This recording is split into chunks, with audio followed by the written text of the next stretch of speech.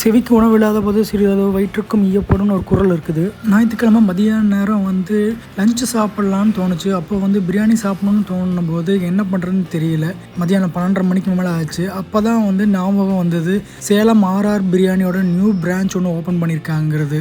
பார்த்திங்கன்னா திறப்பு விழாவுக்கு வச்ச தோரணை கூட இன்னும் கழட்டவே இல்லை. வாங்க உள்ளே போய் நம்ம ஒரு பிரியாணி ஆர்டர் பண்ணலாம். இந்த சேலம் ஆர்ஆர் பிரியாணி கடை சரவணம்பட்டியிலேருந்து துடியலூர் போகிற வழியில் ஆரம்பிச்சிருக்காங்க. இந்த கடை ஆரம்பித்து ஃபஸ்ட்டு 2 நாள்லாம் ஆஃபர்லாம் கொடுத்துருக்காங்க. 2 சிக்கன் பிரியாணி வாங்கினா சில்லியோ கிரேவியோ ஃப்ரீன்னு வேறெல்லாம் போட்டிருந்தாங்க. அந்த டைமில் என்னால் வாங்க முடியாமல் போயிடுச்சு. வெளியே அவங்க வச்சுருந்த ஆஃபர் போர்டையுமே இப்போ எடுத்துட்டாங்க. உள்ளே போனதுமே மெனு கார்டை வாங்கி அதில் என்னென்ன ஐட்டம்ஸ் இருக்குதுன்னு நான் செக் பண்ணிகிட்டு இருந்தேன். பட் என்னோடய ஃபேவரட் சிக்கன் பிரியாணி தான். அதனால நான் சிக்கன் பிரியாணி மட்டும் தான் ஆர்டர் பண்ணேன். கேஷியர் வேறு எந்த ஐட்டமும் வேண்டாமான்னு 2-3 தடவை கேட்டார். பட் நான் பிரியாணி போதும்னு சொல்லிட்டேன். அப்படியே பிரியாணி வரதுக்காக வெயிட் பண்ணிட்டு இருந்த டைமில் டைனிங் ஏரியாவை உங்களுக்கு நான் காமிக்கிறேன். பார்த்தீங்கன்னா அவ்வளோ சூப்பராக இருக்குது. ஏன்னா புதுசாக இருக்கிறனால பார்த்தீங்கன்னா கூட அந்த பலூன்லாம் கூட இன்னும் தொங்கிட்டு தான் இருக்குது. ப்ளஸ் அந்த பார்சல் வாங்குறதுக்கு இருக்க வெயிட்டிங் ஏரியாவும் சூப்பராக இருந்தது. நீங்கள் ஃபேமிலியோ ஒரு 10 பேர் 15 பேர் வந்தாலுமே ஈஸியாக உட்காந்து சாப்பிட்ற அளவுக்கு ஸ்பேஷியஸாக இருக்குது.